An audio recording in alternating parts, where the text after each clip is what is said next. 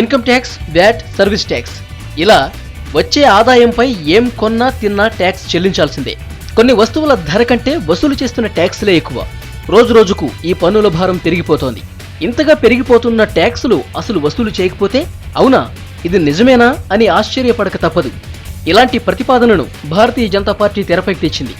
Income tax ను రద్దు చేస్తామని ప్రకటించేసింది. దీంతో దీనిపై దేశవ్యాప్తంగా చర్చ మొదలైంది. ఇన్కమ్ ట్యాక్స్ ద్వారా వచ్చే ఆదాయాన్ని ప్రత్యామ్నాయ మార్గాల ద్వారా ప్రభుత్వం సమకూర్చుకోవచ్చని సూచిస్తున్నారు ఆర్థిక రంగ నిపుణులు. ఆదాయాన్ని బట్టి స్లాబుల రూపంలో పన్ను వసూలు చేయకుండా ఇంత మొత్తమని ఆదాయం పన్ను వసూలు చేస్తే పన్ను ఎగవేత తగ్గుతుందని ఫిక్కీ అంటోంది.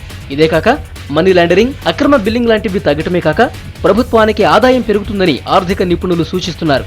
ఆదాయం పన్ను రద్దు కొన్ని వర్గాలు సానుకూలంగా స్పందించడంతో వచ్చే ఎన్నికల్లో ఇది బీజేపీ ప్రధాన ఎజెండాగా ప్రచారాన్ని మొదలుపెట్టే అవకాశాలున్నాయని విశ్లేషకులు అభిప్రాయపడుతున్నారు.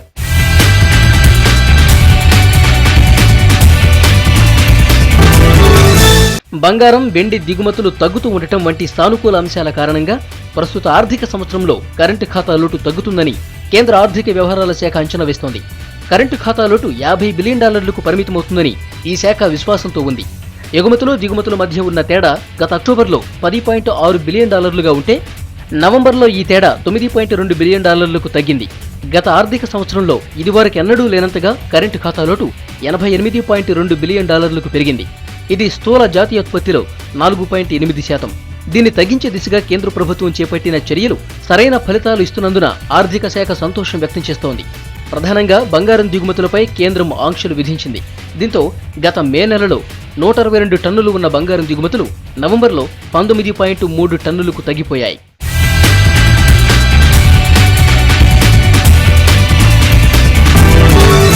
ఫారెన్ ఇన్వెస్టర్లు దేశంలో షేర్లు, ఇతర ఇన్వెస్ట్మెంట్ స్కీమ్స్ లో పెట్టిన పెట్టుబడులను ఇక సులభంగా వెనక్కి తీసుకోవచ్చు.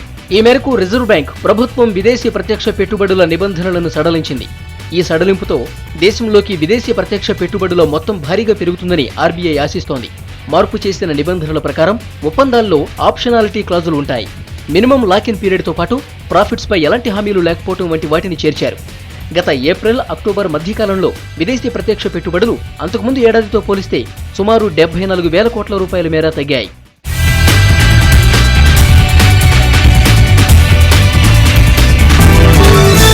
మార్కెట్ అంచనాల కంటే మంచి ఆర్థిక ఫలితాలను ఇన్ఫోసిస్ ప్రకటించింది. నారాయణమూర్తి తిరిగి కంపెనీ బాధ్యతలు చేపట్టిన తరువాత కంపెనీ మళ్లీ లాభాల బాట పట్టింది.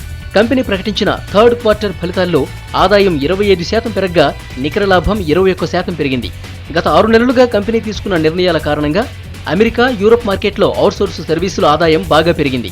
డిసెంబర్ 31తో ముగిసి మూడో త్రైమాసికంలో కంపెనీ ఆదాయం 13,026 కోట్లకు పెరగగా నికర లాభం 2,875 కోట్ల రూపాయలకు చేరుకుంది.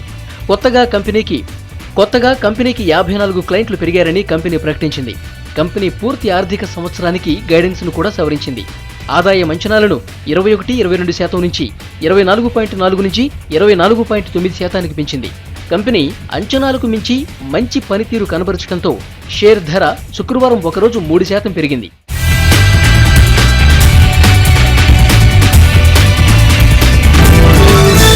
దేశ ఆర్థిక వ్యవస్థ మళ్లీ పుంజుకుంటుందని ప్రధానమంత్రి ప్రకటనను నీరుగారుస్తూ పారిశ్రామికాభివృద్ధి పడిపోయింది. ప్రభుత్వం విడుదల చేసిన గణాంకాల ప్రకారం నవంబర్ నెలలో పారిశ్రామికాభివృద్ధి -2.1% పడిపోయింది. తయారీ రంగం పేలవమైన పనితీరు కనబరచడం, గృహోపకరణాల ఉత్పత్తి తగ్గటం కారణంగా పారిశ్రామికాభివృద్ధి రేటు పడిపోయింది.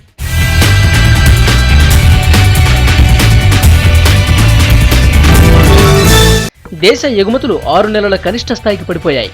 డిసెంబర్లో ఎగుమతుల వృద్ధి 3.49% నమోదైంది. పెట్రోలియం ఉత్పత్తుల ఎగుమతులు తగ్గకపోవడం ప్రభావం చూపిందని కేంద్ర వాణిజ్య శాఖ అంటోంది. డిసెంబర్లో ఎగుమతులు $26.3 బిలియన్ నమోదయ్యాయి. మరోవైపు దిగుమతులు తగ్గిపోవడం ఊరటనిచ్చే అంశం. బంగారం, వెండి దిగుమతులు బాగా తగ్గిపోయినట్లు కేంద్ర ప్రభుత్వం ప్రకటించింది. డిసెంబర్ 2012లో $17.5 బిలియన్ ఉన్న వాణిజ్య లోటు గత డిసెంబర్ నాటికి $9.2 బిలియన్ తగ్గిపోయాయి.